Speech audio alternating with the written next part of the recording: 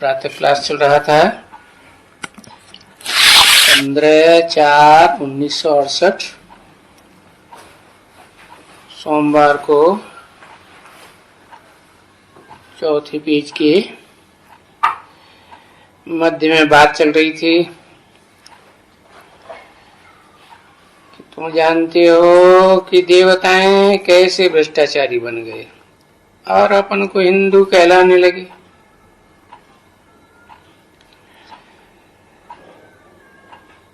देवताएं विकार में जाते हैं तो नाम तो देवताओं का खराब हो गया ना। फिर शास्त्रों में भी ऐसे कह दिया है, लिखा हुआ है कि देवताएं वाम मार्ग में गए। अब गए तो कब गए? जब द्वैतवादी धर्म पिताएं इस सृष्टि पर आए तब उनके संग के रंग में आने से गए। बाकी ऐसे अभी थोड़े ही है कि शुरुआत से देवताएं कोई वाम मार्ग में गए हैं। नहीं,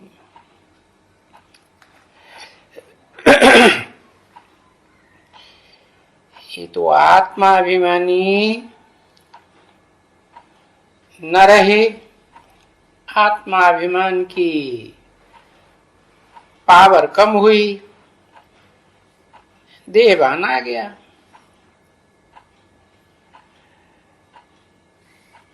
तब संग के रंग में आए।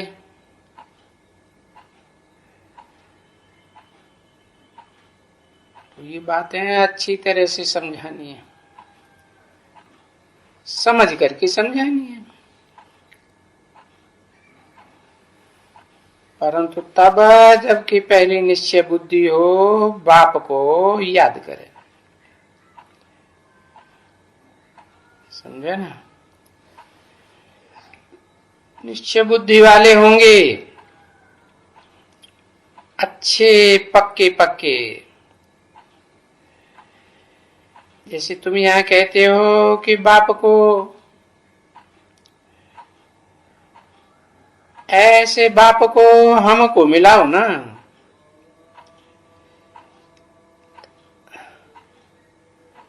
बोलो नहीं, ऐसे नहीं मिलना देना होता है।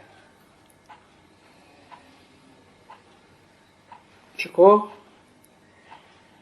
आगे चल करके घर में जाते हैं अपने, फिर वही यादगिरी, और फिर क्या निश्चय बुद्धि रहते हैं?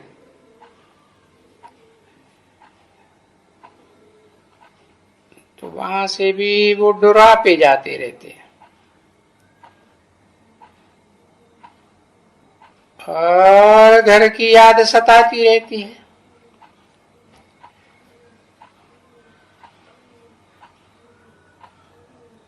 तो बाप कहते हैं चिट्ठी भी डायरेक्ट लिखते रहे कि हमको मिलने नहीं दिया। क्यों नहीं मिलने दिया? जब हम निश्चय करते हैं कि आप हमारा बाप है, आपको हमको ऐसे ऐसे वर्षा मिलने का है, ऐसा ऐसा पुरुषार्थ करने से, फिर आप हमारे को क्यों नहीं मिले? अभी हम आपसे मिलने बगैर तो सेकंड भी नहीं रह सकते। समझा ना?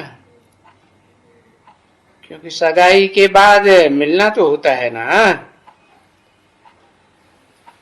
तो अगर मिले नहीं तो तड़पते रहते। अभी देखो, कुमारी होती है,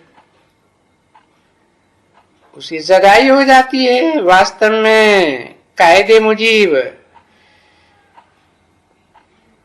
जब सगाई तब हो जब बुद्धिमान बनती है, माइनर की बात नहीं है, मेजर बन जाती है बुद्धि। तो जब सगाई के बाद फिर अगर टाइम पड़े तो अंदर में तड़पती रहेगी, लंबा टाइम सहन नहीं कर सकती। तो तुम्हारा भी ऐसे होता है। जब हम सगाई किया, याद किया हमारा तो बाप है, सब कुछ वही है।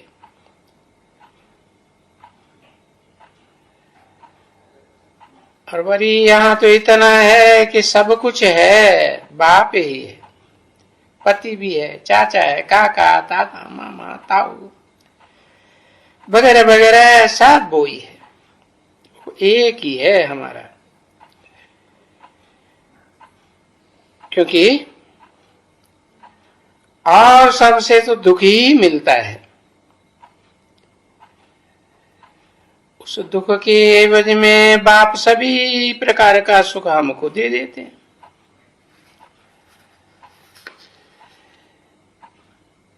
सब जो भी काके मामे चाचे होते हैं, होते तो फैमिली कम है पर सब एक दो को है। स्वर्ग में तो सुख देने वाले होते हैं ना, दुख देने वाला तो वहां कोई भी नहीं होता है।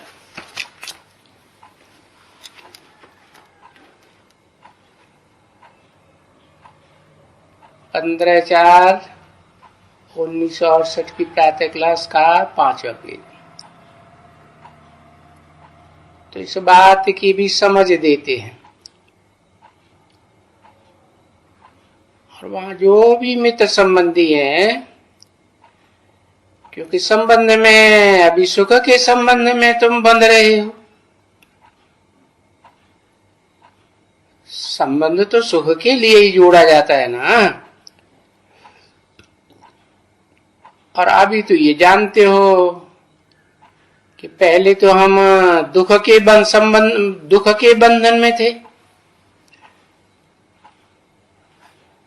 अभी पुरुषोत्तम बनने का ये संगम युग ही एकदम अलग है। और इस युग का सिर्फ तुम बच्चों को मालूम है, और कोई तो समझाने से समझते भी नहीं है। क्योंकि आधा कल्प की जो बातें बुद्धि में शास्त्रों की बैठी हुई है ना, वो निकलती नहीं है। समझाएंगे भी बैठ करके अच्छी तरह से कि फिर कहेंगे कि हाँ राइट है, फिर भी घर में जाएंगे और वो सब भूल जाएंगे। तो इस बात को अच्छी तरह से समझ करके, उसमें भी बाप कहते हैं, मूल बात है कि तुम अपन को आत्मा समझ। बाप को बहुत बहुत याद से, बहुत प्यार से, जब सुबह को उठते हो अमृत वेले, तो उस समय में तुम बहुत याद करने से तुम्हारा खुशी का पारा चढ़ेगा। और वो पारा अंदरूनी चढ़ना चाहिए। अभी हमने जो भक्ति मार्ग में आधा कल्प भक्ति की है, उसे की सुनवाई हुई है। भक्ति करते करते करते अब ज्ञान भी मिला है बच्चों को कि हमने ही सबसे जास्ती भक्ति की है, बहुत तड़पे हैं।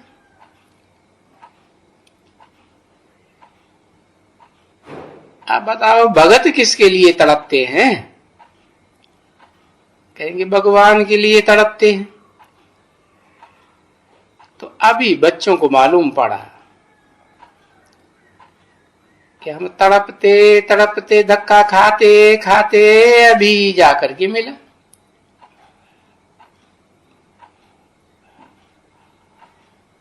और निश्चय बुद्धि हुई कि मिला है ना, तो मनुष्य बुद्धि वालों का तो फिर लब ही रहेगा जब तलक के पवित्र न बन जावे।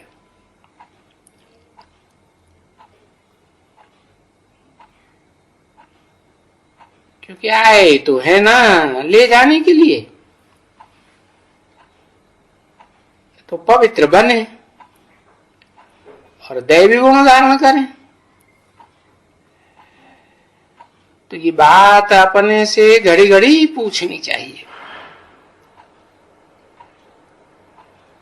तो उसमें भी बाबा ने कहा है ना, पोता मेल जब लिया जाता है तो सारा दिन का पोता मेल शाम को बैठ करके जो मुनीम जी होते हैं ना दुनिया में, तो वो सेठ होते हैं, तो रात को बैठ करके समझते हैं कि सारा दिन में हमको कितनी आमदनी हुई,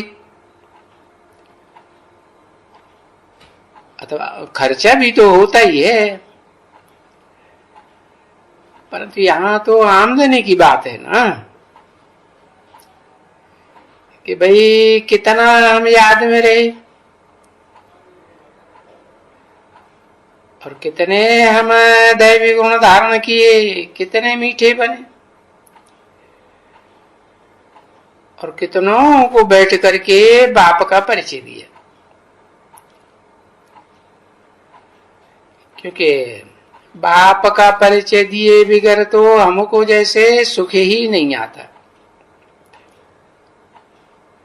हाँ, तड़पन लग जाती है कि कहाँ भी जावे, कुछ तो करें, कहीं भी करें,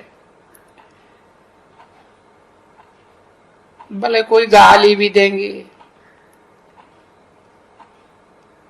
आसुरी दुनिया है ना, सब आसुर है, बिगन पड़ते हैं,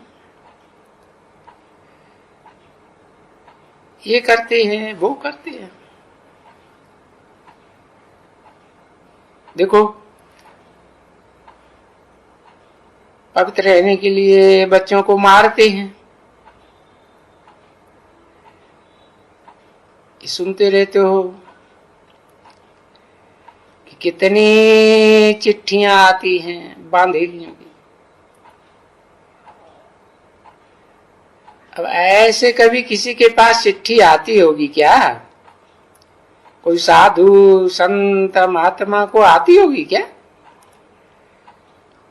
अरे ये जो शास्त्र पढ़ाते हैं,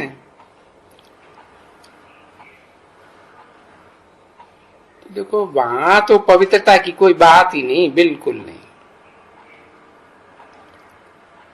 अगर जो ये पंडित और ये सन्यासी वगैरह पवित्र बनते हैं,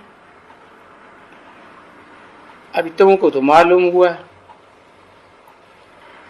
ये पवित्र बन फिर भी गर्भ में जाना है इनको,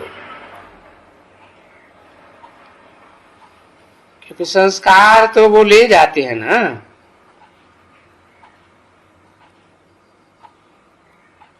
सन्यासी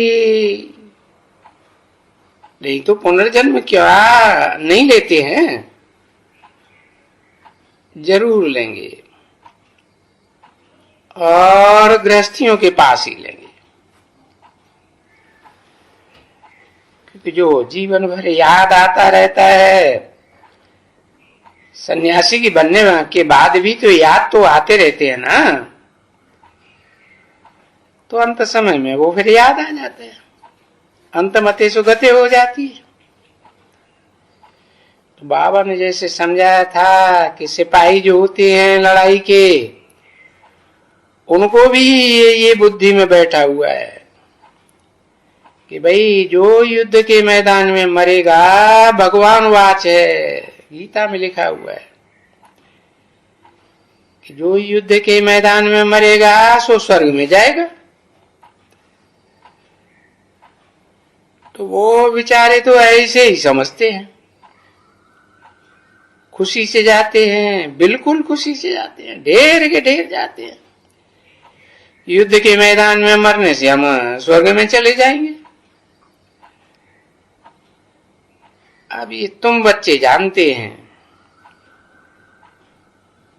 कि इस दुनिया में तो स्वर्ग है ही कहाँ, स्वर्ग में कोई जाते ही कहाँ है। हाँ, पिछले जन्म के संस्कार ले जाते हैं, और जैसे जैसे ऐसे संस्कार पक्के ले जाते हैं, जो बस जब वो उनको टाइम होता है तो दूर जा करके कहीं भी मैदान में मर करके फिर भी कहाँ जन्म वो लेते हैं ना। तो देखते हो कि सेना में जो मेजर, कैप्टन और कमांडर और ये सिपाही कहाँ कहाँ से आते रहते, कितनी कितनी जगहों से आते हैं। तो अभी तुम सबको कह सकते हो कि यहां इस समय में कैसे जाएंगे,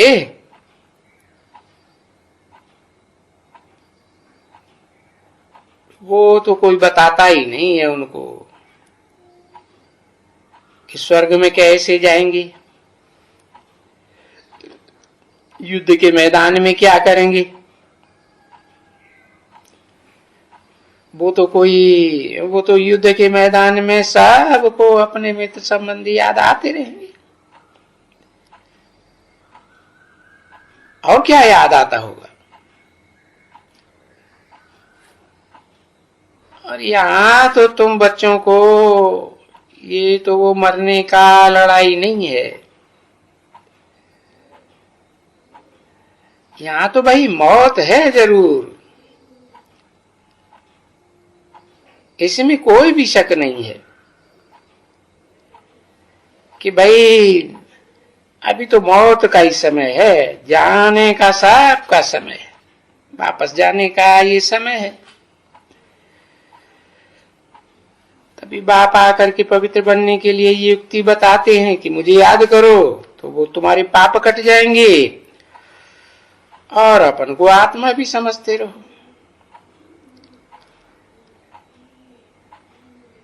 तो तुम सबको ऐसे ही कहते रहेंगे कि भाई अपन को आत्मा समझो, भाई भाई समझो, आत्मा आत्मा भाई भाई। इनको भी फिर कहेंगे भाई समझो,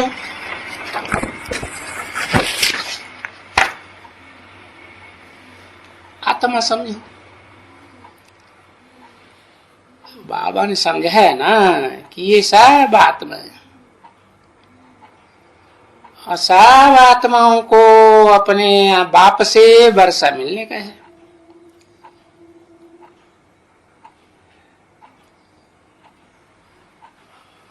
और जो फीमेल भी है, जो पुरुषार्थ करेंगे अपन को आत्मा समझ करके, वो भी इतना ही उच्च पद पावेंगे।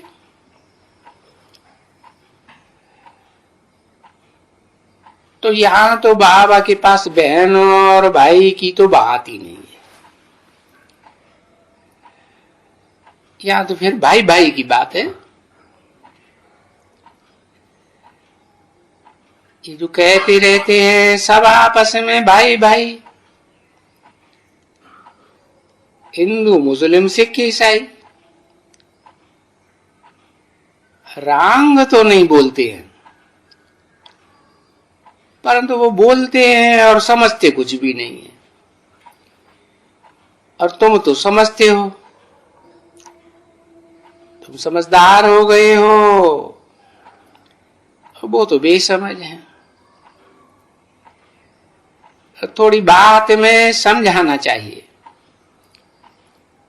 पहले खुद समझना चाहिए। और बाप कहते भी हैं वो है बेसमझ है, ये भाई भाई का अर्थ नहीं समझते कि भाई भाई भाई है तो किसका बच्चा है।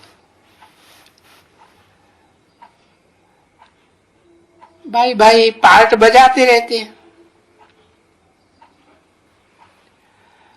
अब जिसको भाई भाई का बाप समझा है, उनको तो तुमने क्या कर दिया, ठीक कर बिस्तर में डाल दिया। ये सभी किया ना। तो अक्षर भी तो बड़े ठीक है ना, कुछ न कुछ अक्षर ठीक है। तो ये सभी पढ़ते हैं। जब भी शुरू करते हैं, गीता पढ़ते हैं, यदा यदा धर्मस्य, अभी यदा यदा धर्मस्य ग्लानिर्भवति, भारत में ग्लानि होती है धर्म की। तो उनका तुम कभी उनसे अर्थ भी तो पूछो। जानते तो कुछ भी नहीं है, बिल्कुल ही नहीं जानते हैं। ये जो बैठ करके और ये निंदा ग्लानि डिफेम करते रहते हैं ना बच्चे, ये भगवान को डिफेम करना है कि वो पत्थर ठिक्कर है, कण कण में है। तो इनको सजा तो मिलनी चाहिए ना बच्चे, परंतु नहीं। ये रूहानी बाप आकर के कोई सजा नहीं देते हैं। बाप तो कहते हैं मैं निष्काम सेवा करता हूं, मेरी कोई कामना नहीं है कि कोई मेरी ग्लानि करे या महिमा करे। ये बच्चे जानते हैं कि दुनिया में मनुष्य तो बहुत है, और जो कुछ भी दान पुण्य आदि करते हैं तो समझते हैं कि हम तो निष्काम सेवा करते हैं, हालांकि हमारे पास इच्छा नहीं है, परंतु ऑटोमेटिकली फल तो जरूर मिलता है। अब देखो, भक्ति करते तो भक्तों को भगवान से फल मिलता है, इसमें निष्काम की तो कोई बात ही नहीं है। और निष्काम काम तो बाप आकर के समझाते रहते हैं, वो तो फिर एक ही है। सो हर एक बात में एक ही है, निष्काम सेवा वो एक ही करते हैं। ओम शांति।